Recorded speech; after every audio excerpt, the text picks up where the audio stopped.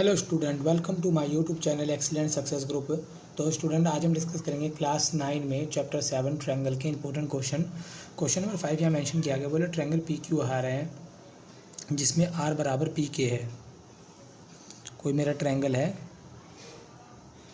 P Q and are जिसमें angle are बराबर angle P के है। एंगल आर बराबर एंगल पी के है। क्यू आर 4 सेंटीमीटर है, Q R 4 centimetre, P R 5 centimetre है। तो बताओ लेंथ पी क्यू क्या होगी। लेंथ पी क्यू, ये एंगल और ये एंगल इक्वल है। ठीक, इसे सॉल्व करना शुरू करते हैं। तो मैंने लिखा in a triangle P Q R. हमें मालूम है कि अगर किसी ट्रायंगल में जो कॉरेस्पॉन्डिंग एंगल जो होते हैं, अगर दो एंगल इक्वल हों, जैसे कि यहाँ पे दिया गया एंगल पी बराबर आर, अगर दो एंगल इक्वल होते हैं तो उनकी कॉरेस्पॉन्डिंग साइड यानी कि आर के सामने साइड कौन सी है, पी क्यू, इक्वल होगी किसके, पी के सामने कौन साइड है, क्यू आर।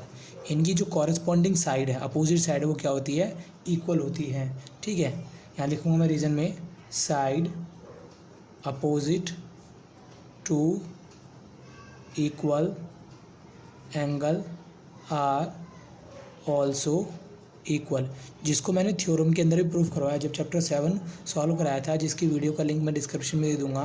उसे मैंने थ्योरम प्रूफ करवाई है। अगर किसी ट्रायंगल में दो एंगल इक्वल होते हैं तो उनकी साइड इक्वल होती हैं, अगर साइड इक्वल है तो एंगल इक्वल होते हैं। ठीक है, इस वजह से मेरा जो पी क्यू है, पी आर मुझे कितना दे रखा है 5, क्यू आर दे रखा है 4 सेंटीमीटर। क्यू आर मेरा 4 है, ये किसके बराबर होगा, पी क्यू के, यानी पी क्यू की लंबाई हो जाएगी मेरी 4 सेंटीमीटर। तो मेरा ऑप्शन हो जाएगा ए। अब डिस्कस करेंगे क्वेश्चन नंबर 6 में। क्वेश्चन नंबर 6 मैंने ऑलरेडी नोट किया गया। बोलेगा D is a point on the side B C, triangle A B C such that A D bisect angle B A C, then इनमें से कौन सा रूल इसमें अप्लाई होगा। तो सबसे पहले मैं एक ट्रायंगल बना लेता हूँ। ठीक, इसका नाम है ए बी सी। बोलेगा डी कोई पॉइंट है जो बी सी पर है, बी सी पर कोई डी नाम का पॉइंट है, लॉजिक में ले लिया। Such that A D bisect angle B A C, जो ए डी है ये एंगल बी ए सी को बाइसेक्ट करता। बाइसेक्ट करने बोला जितना एंगल ये है उतना ही एंगल ये होगा। ठीक, दोनों एंगल क्या होंगे, इक्वल होंगे। मैंने इसे एंगल 1 मान लिया, इसे एंगल 2 मान लिया।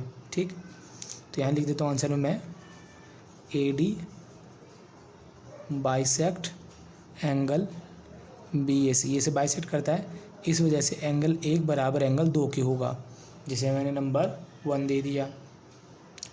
फिर आगे बोला गया है देन इनमें से कौन सी सिचुएशन यहाँ पर ट्रू करती है। इस एंगल को मैंने 3 मान लिया, इसे 3 मान लिया और इसे मैंने 4 मान लिया, जिसका यूज़ जैसा होगा वैसे देख लेंगे। तो फिलहाल एंगल ये दोनों बाइसेक्ट करते, इस वजह से दोनों के दोनों क्या होंगे, इक्वल होंगे। ठीक है, अब मैंने ट्रायंगल लिया ये वाला, ध्यान से देखना सारे जने, ए डी सी बी। देखो ये एंगल 3 है, ये एंगल 2 और ये एंगल 4। हमें एक्सटीरियर एंगल प्रॉपर्टी पढ़ी थी जिसमें ये होता है कि जो बाहर वाला एंगल होता है अंदर वाले दोनों एंगल के सम के इक्वल होता है, एक्सटीरियर एंगल प्रॉपर्टी की। यानी इन दोनों को ऐड करेंगे तो इसके बराबर आएगा। तो जिसका सीधा सीधा मतलब ये निकल के आता है in triangle A D C, angle जो 3 है वो 2 से भी बड़ा है, एंगल 4 से बड़ा होगा। एंगल 3 2 और 4 दोनों से बड़ा होगा, क्योंकि दोनों को ऐड करने पे 3 के बराबर आते हैं। अगर सिंगल की बात करूं, एंगल 2 3 से बड़ा होगा, सिंगल की बात करूं एंगल 3 4 से बड़ा होगा, जाहिर सी बात है। तो एंगल 3 बड़ा होगा एंगल 2 से, क्योंकि ये क्या है, ये एक्सटीरियर एंगल है। यहाँ मैं लिख देता हूँ, क्योंकि ये एक्सटीरियर एंगल है जो हमेशा बड़ा होता है इंटीरियर एंगल से, हमेशा बड़ा होता है इंटीरियर एंगल से। ठीक, फिर लिखा मैंने यूजिंग 1, 3 का तो 3 ऐड किया। एंगल 2 किसके बराबर, एंगल 1 के, 3 बड़ा है 1 से भी, ये बात क्लियर है। इतना होने के बाद अब मेरा ये वाला ट्रायंगल मैंने लिया, ए बी डी, ये एंगल 3 है, ये एंगल 1 है। ठीक, हमने चैप्टर 7 की एक्सरसाइज 7.4 के अंदर पढ़ा था कि बड़े एंगल के सामने वाली साइड यानी अपोजिट साइड बड़ी होती है, छोटे एंगल के सामने वाली साइड छोटी होती है। तो एंगल 3 बड़ा है क्योंकि ग्रेटर देन का साइन इस तरह मुँह खुला हुआ है इसका। 3 के सामने कौन सी साइड है? ए बी, तो यानी कि ए बी बड़ी होगी।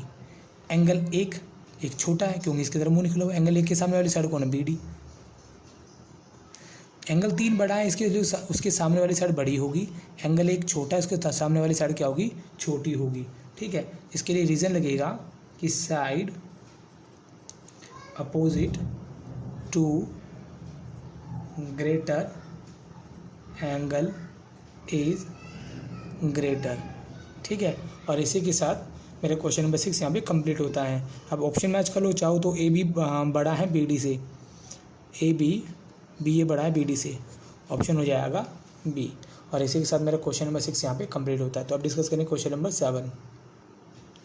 तो यहाँ पे क्वेश्चन नंबर 7 में बोला गया है it is given that A B C congruent है एफ डी ई के। कॉन्ग्रुएंट का मतलब मैंने बताया था 2 ऐसी फिगर जिनकी सारी की सारी डायमेंशन या साइड बोल लो इक्वल होती हैं, उनकी कॉरेस्पॉन्डिंग एंगल उनकी कॉरेस्पॉन्डिंग सारी इक्वल होती हैं। तो A B C F D E congruent है। तो पहले दोनों फिगर को बना लेते हैं। यह है ए बी सी, दूसरी है मेरी एफ डी ई। जैसा बोले वैसा फॉलो करो। ए बी 5 है, ये लिख दी मैंने ए बी 5। बी 40 डिग्री है, बी 40 डिग्री है, ए 80 डिग्री है, 80 degree. Then which of the following true, इनमें से बताना कौन सा ट्रू होगा। तो सबसे पहले क्वेश्चन में ये बात बोली गई है कि दोनों कॉन्ग्रुएंट फिगर है। अगर कॉन्ग्रुएंट है तो इनके कॉरेस्पॉन्डिंग पार्ट सारे के सारे इक्वल होंगे। ए बी बराबर होगी एफ डी के, बी सी बराबर होगी डी ई के, ए सी बराबर होगा एफ ई के। ठीक है, इनके कॉरेस्पॉन्डिंग एंगल भी इक्वल होगी। ये 80 है तो ये भी 80 होगा, ये 40 है तो ये भी 40 होगा। एंगल सी मालूम नहीं है फिलहाल, अभी एंगल सी को पहले निकाल लेते हैं हम। ठीक है, तो मैंने लिखा पे in triangle A B C, angle A B C तीनों का जोड़ 180 डिग्री होगा। रीज़न एंगल सम प्रॉपर्टी, यानी ये आइडेंटिटी है जिसके अकॉर्डिंगली तीनों एंगल का सम 180 डिग्री के बराबर होता है। ये 80 40, एंगल सी मालूम नहीं है, 180 दोनों को जोड़ 120, एंगल सी प्लस का उधर एक्स का हो जाएगा माइनस का, 180 माइनस 120, तो ये आगे मेरा 60 डिग्री। ये एंगल मेरा है 60। अगर ये 60 है तो ये भी क्या होगा? 60 डिग्री होगा। अब ऑप्शन देखना है कौन किसके साथ मैच हो रही है। 5 है तो ये 5 होगा। देखो डी एफ 5 होगा, ये बात ठीक है जी। एफ होगा 60 डिग्री का, एफ ये तो 80 डिग्री का है, यानी ऑप्शन ए नहीं होगा। डी एफ 5 होगा, ठीक है। एंगल ई 60 डिग्री का, एंगल ई 60 डिग्री का, यानी ऑप्शन कौन हो जाएगा? बी। बाकी मैच कर लो। डी ई 5 होगा, डी ई तो मालूम ही नहीं है, ये नहीं होगा। डी ई 5 है, मालूम ही नहीं है, तो ये तो होगा ही नहीं। तो इसी के साथ मेरा ऑप्शन हो गया बी। तो ये क्वेश्चन नंबर 7 यहाँ पे कंप्लीट। अब डिस्कस करते हैं क्वेश्चन नंबर 8। क्वेश्चन नंबर 8 में देखो क्या बोला गया है। 2 side of a triangle are length 5 centimetre and 1.5 centimetre. Then the length of the third side of triangle can not be, यानी तीसरी साइड कौन सी इनमें से नहीं हो सकती। कोई भी ट्रायंगल है लाइक ए बी सी जिसमें एक डायमेंशन 5 है, दूसरी डायमेंशन 1.5 है, तीसरी डायमेंशन इनमें से कौन नहीं होगी वो हमें बताना है। हमें मालूम है sum of 2 side of triangle always greater than third side के इक्वल होगा। वो थर्ड साइड यानी ट्रायंगल की 2 साइडों को किन्हीं को जोड़ोगे तो हमेशा वो तीसरी से बड़ी होगी। तीसरी साइड मैंने मान ली x होगी, ठीक है। तो 1 बाई 1 करके ट्राई करेंगे, यानी कि 2 का जोड़ 5 + 1.5, इनका जोड़ बड़ा होगा तीसरी साइड से। कितना आया? 6.5, ठीक है। पहला ऑप्शन ट्राई कर लिया। दूसरा ऑप्शन इन दोनों का जोड़ यानी x + 1.5, इनका जोड़ बड़ा होगा 5 से। प्लस का उधर x को आ जाएगा माइनस का, 5 - 1.5, तो मेरा कितना निकल के आ गया? 3.5। दूसरा ऑप्शन हो गया। तीसरा ऑप्शन इस बार हमने इन दोनों को लिया, यानी 5 + x बड़ा होगा किससे? 1.5 से, प्लस का ट्रांसपोज होगी जाएगा, इसको आ जाएगा माइनस का, माइनस क्या कितना है नेगेटिव का 3.5। अब कभी भी कोई भी डायमेंशन होगी नेगेटिव में नहीं हो सकती, इसीलिए तो पॉसिबल नहीं होगा। इन दोनों को लेते हैं। x जो है पहले मैंने इसको लिखा x ग्रेटर देन होगा 3.5 से, फिर इसको हाइड कर लेते हैं। देखो ज़रा x का x लिखा मैंने, फिर क्या है मोर देन 6.5, यानी जो x की वैल्यू होगी वो 6.5 से तो कम होगी पर 3.5 से क्या रहेगी कम रहेगी। तो इनके बीच में आने वाली डायमेंशन तो पॉसिबल है, जो इनके बाहर आ रही होगी वो इसमें ट्रायंगल बनाना पॉसिबल नहीं होगा। 3.6 इन दोनों बीच में आती है यानी पॉसिबल है। 4.1 इनके बीच में आती पॉसिबल है। 3.8 नहीं आती क्योंकि यहाँ पे 3.5 से बड़ी बोला, सॉरी 3.8 भी आएगी इसके अंदर। 3.4 हमें 3.5 से बड़ी चाहिए, यहाँ तो 3.4 3.5 से छोटा है, इसीलिए इसको इंक्लूड नहीं किया जा सकता। 3.4 पॉसिबल नहीं है, ठीक है। और इसी के साथ मेरा क्वेश्चन नंबर 8 यहाँ पे कंप्लीट होता है। उम्मीद करता हूँ स्टूडेंट आपको क्वेश्चन समझ में आ गया होगा। अगर आपको वीडियो अच्छी लगी हो तो वीडियो को लाइक करें, शेयर करें, कमेंट करें और इस चैनल को जरूर सब्सक्राइब कर लें, ठीक है। मिलता अगले वीडियो में। Okay bye bye, thank you.